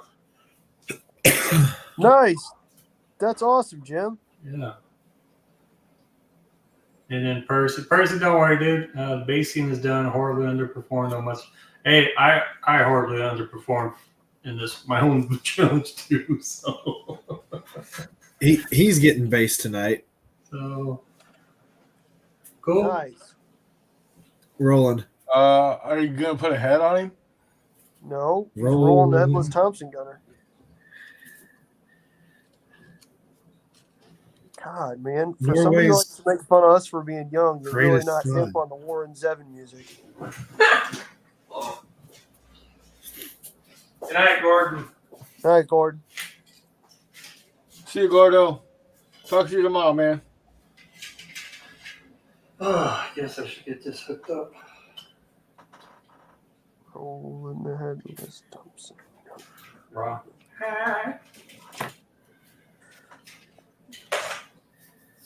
You know, guys, I'm glad to call some of you friends. Yeah. Then there's Brian. What? What? What? Boy, that chicken parm was good.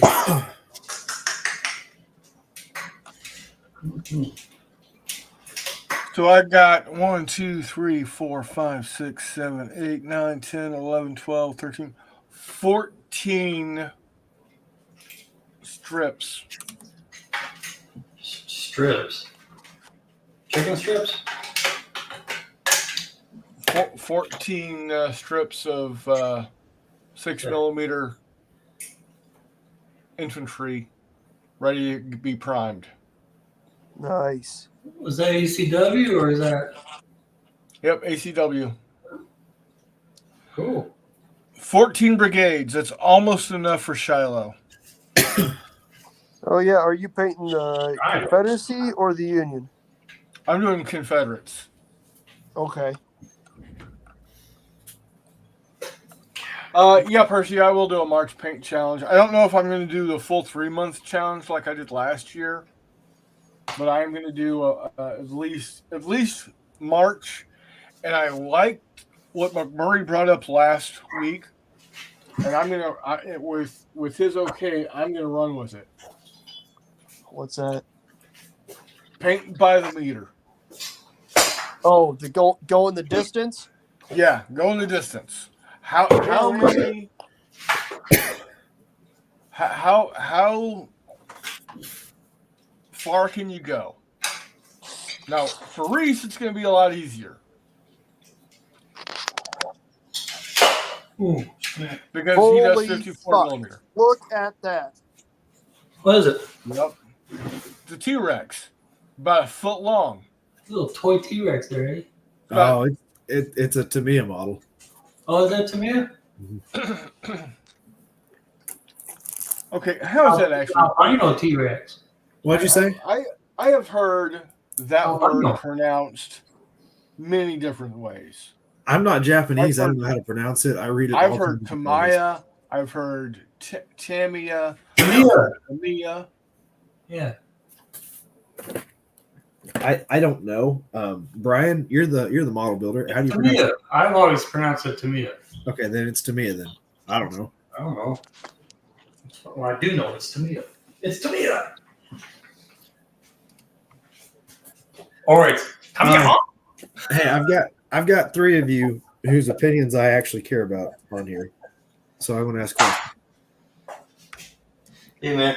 So March to Victory, I'm running There's a bold statement, isn't it? I'm running a cooperative game in March to Victory.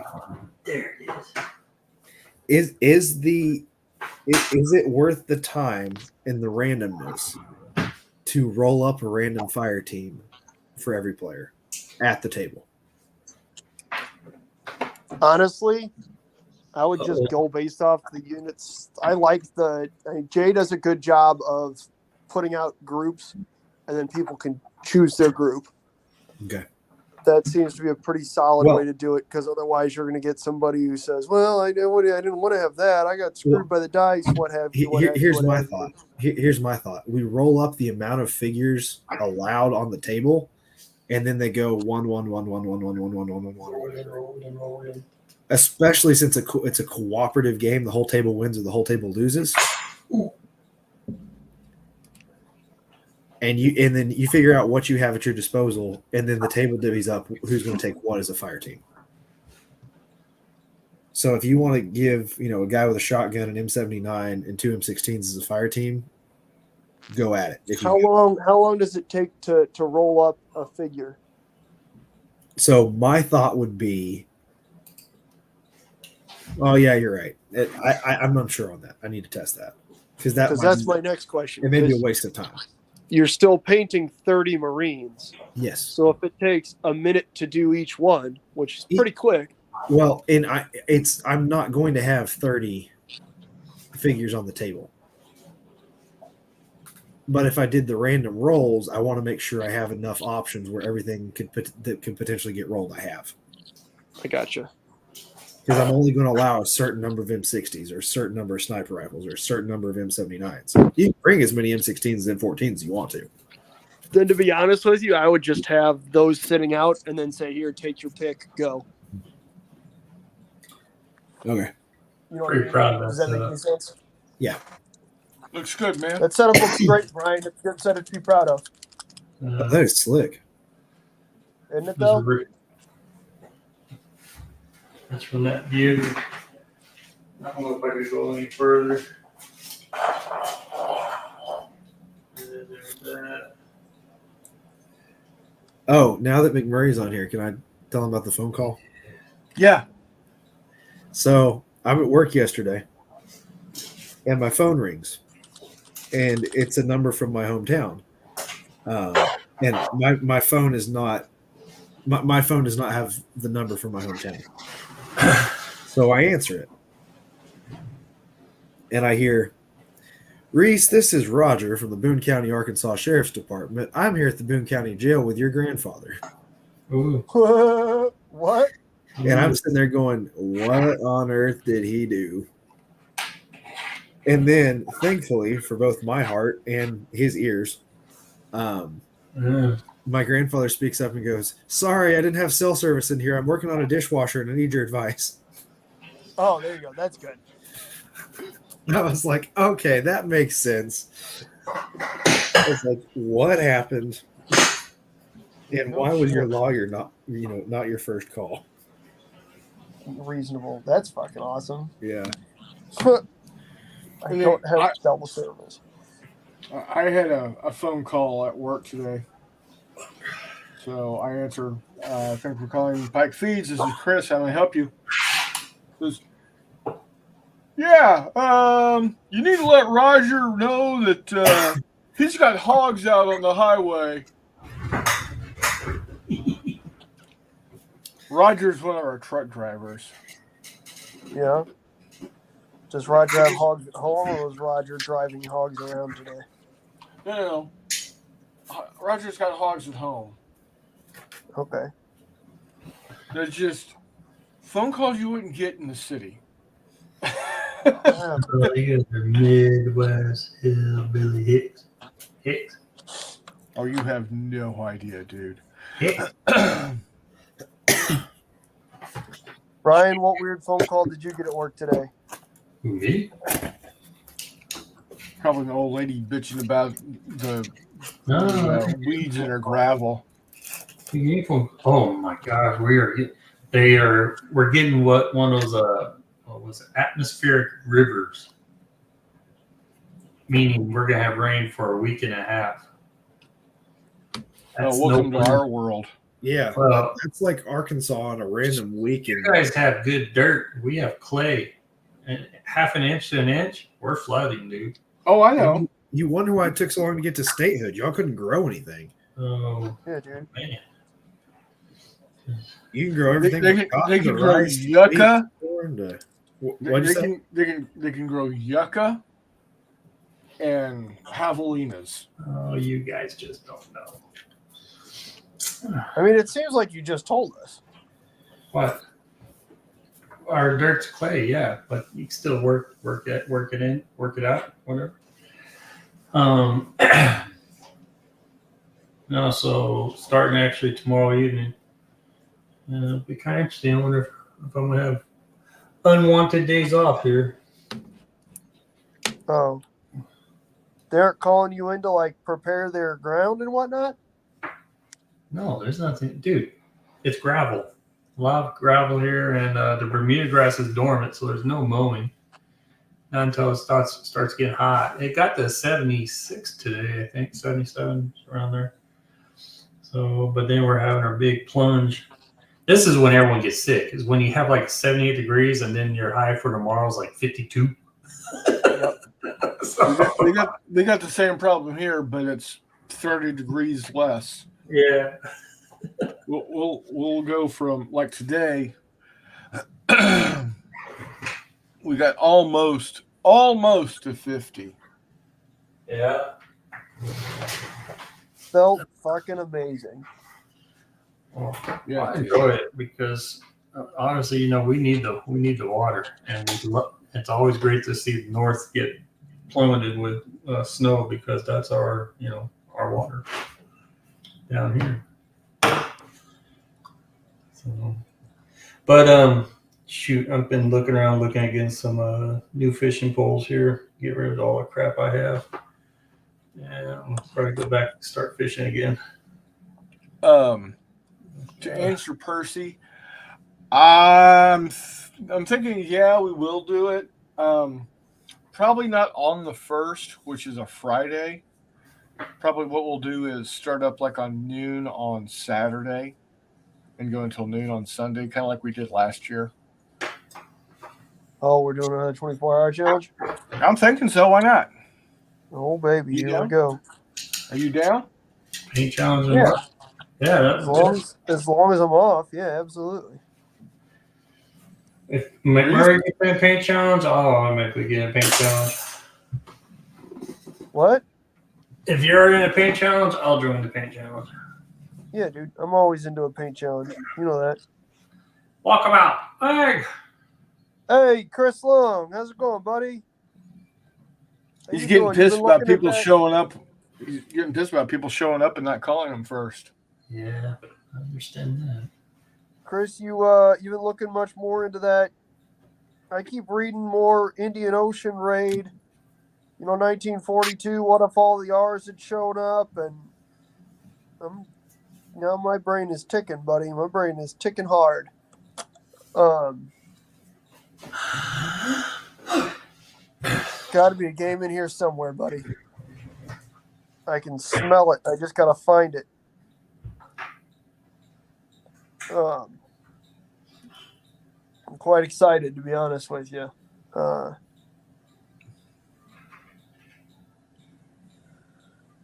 Yeah. Oh, Chris, that's what I wanted to ask you. Chris, Go for it, Brian. Huh? Go for it, Brian. Oh, I'm thrilled because Walker was telling me that they're coming out with a new Fallout game that's gonna have less tokens. And so I was like, ooh. What? Fallout. I got Greg sent me his Fallout game, and I've been meaning to get to it, but it is so dang token heavy. It's just whoa. And now the new one's not going to be too token heavy, so I'm like, ooh. I don't know if Greg's still on here or not. What'd you do, Chris? I broke dude off of his base. Oh. Hey, That needs to be fixed. You got this. here's a random. I can't find him. Oh, well. You fucking one less launched guy in across the file. room. That's all right. It's a nice little mini there, Reese. I got to figure out what to put in his hands. A gun. Oh. A shotgun. I've got 2 shotgunners. I got Yeah, another. because it looks like it's a grip. M79 loop gun. Looks like it might be a little short for an M79 in terms of how close his hands or how far his hands are. I've got a couple of M79 gunners. How about a steak? Probably just an M16, buddy. Okay. Yeah. Oh, good. They're still here. So yeah. You guys heard that they got new Fallout game coming out. Out on Chris, what Monday. was the Fallout game we played that you guys were playing at J3?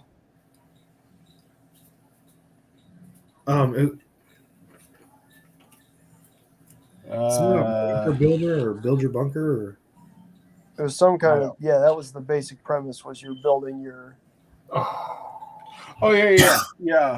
It's a little. did Joel bring that? Yeah, Joel brought it. Chris, are you doing a 24-hour kickoff or not? Yeah, Oh, okay. I just said that. Oh, Probably start noon on the 2nd, which is Saturday, and go until noon on the to the 3rd. boy. All right. I don't know if I'll make it through the whole 24 hours. That's fine. You don't no have to. that attitude. Dude, I was freaking going insane. I want to stay up till I have to go to church, and then I'll go to church and I'll come back and sleep it off. Yeah. There we go. My kid might use this.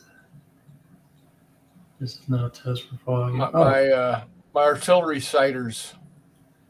What kind of pills are those? I just said artillery sighters. I never took artillery sighters for a pill. Crap. Never mind, Chris. I'm out on the 2nd. I worked that day. Boo, Yes. sir. That's my weekend on. Sorry, dude. That's okay, man. Will we see you at all that weekend? Probably not, to be completely honest. Hey, It's okay. Jedi, just go to the Facebook group and you can just put the image there and I'll copy it for the video or message me. When do you want it? When do you want pictures in by? It's 9:00 here, so you got 3 hours. 2 hours for you, buddy. No, anyways, just anytime tomorrow's fine. Okay. I'll give people time. So I'm not what you call it. Dick? Yeah. How was that attitude? Oh, vámonos pinging some bandidos. Ay, ay, ay, ay. We don't need no stinking badges.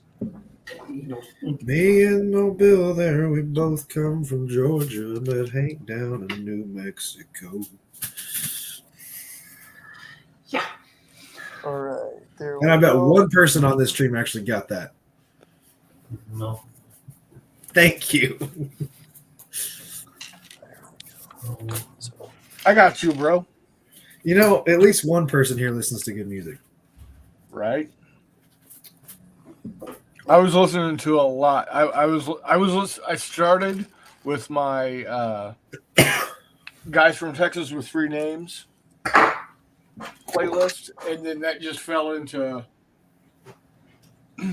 more Jerry Jeff Walker and Robin So- Earl and The first time I heard the Mercenary song, I was a junior in high school. And I had gotten the Heart-Worn Highways soundtrack from the local library and kept it in my car till I had to recheck it, and then kept it in my car till I had to recheck it, and kept it in my car till I rechecked it until I wrecked that car. oops. And waking up, car alarms blaring, airbags off, smelling like somebody shot a gun in my face, with Towns Van Zandt singing Poncho and Lefty was kind of interesting. I gotta say, because the stereo was off. I had the wreck. The stereo turned on and skipped about a minute into Poncho and Lefty. And it's not even. I mean, it's his live version that he sings all the lyrics wrong, and you know the version. Yeah. So it's all kind of trippy anyway. And I look up, and the other person's airbag is deployed, and there's red stuff all over it. And I thought, oh, I killed him. And no, it was some fluid to do with the vehicle. Thank goodness. But yeah, so that's my memory of that CD. But that's where I found the Mercenary song, not knowing that he had recut it in the late 90s and like actually put it on an album. But that's probably my favorite Steve Earle song of all time. Yeah. So Telemachus says transmission fluid. all I know is why it not? wasn't human fluid, and that's all I cared about. Oh, hold on.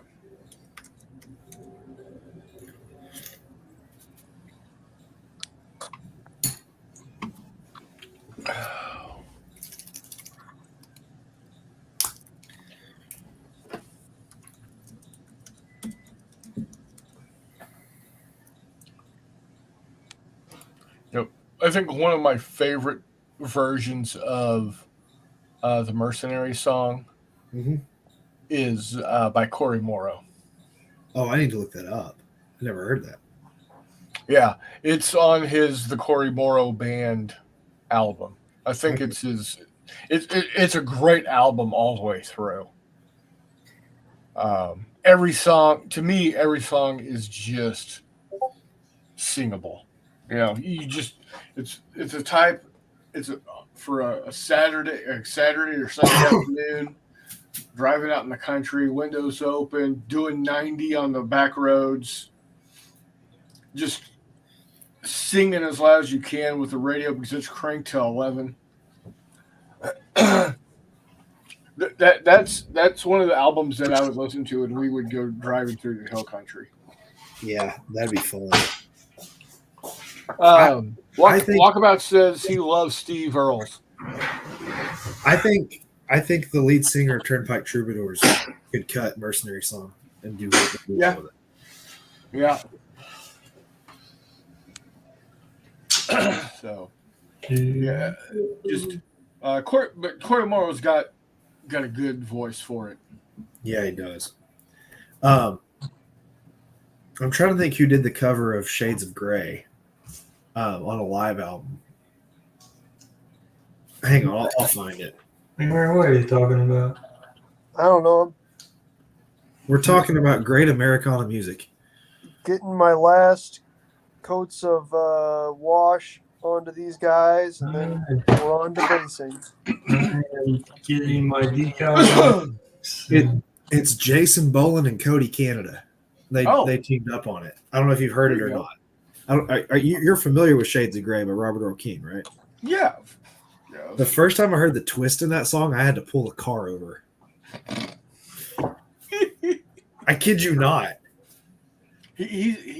Robert Earl is one of the great songwriter storytellers. Phenomenal. I mean, you can't go wrong with The Road Goes On Forever and The Party Never Ends. I want to do a miniature game of that so bad. Of that fight. That would be great. And I know two people who would play in it. Your brother and potentially Burke. Oh, Burke would play anything with that type of shit going down. Okay, so now we got to find some Cubans in fucking McMurray. Here's your Hawaiian shirts. Here's your project. I need a Texas waitress with a single shot 410. I need Cubans in Hawaiian shirts and police officers in Miami. Yeah, a couple of DEA agents. Miami-Dade uniforms. Yeah, Patrick McMurray. Fuck yeah, dude. I got him. Oh, Reese already found him. And do a fucking no-tell motel. Oh yeah. And I'm still Chris Long says do it. Chris, would you come down from Canada to actually play that game? Because we can. Okay, here's the deal, Reese. We need to do that for March to Victory 2025. You print me a motel, or I print a motel, and we get a pickup truck. We can do it. And at the very end, you got to have a brand new Mercedes-Benz. Dude, it could be a running game. Oh yeah. Oh man. I'm doing that for 2025. I got to. Only if it's only one. What's that? Only if it's only one session. I'll do it. Yeah. One session. We'd have a bunch of people going, I don't get it. And then three or four people going, you crazy animal, I love you. Yep. Yeah. So we need to do that. Well, we have hit the 2-hour mark.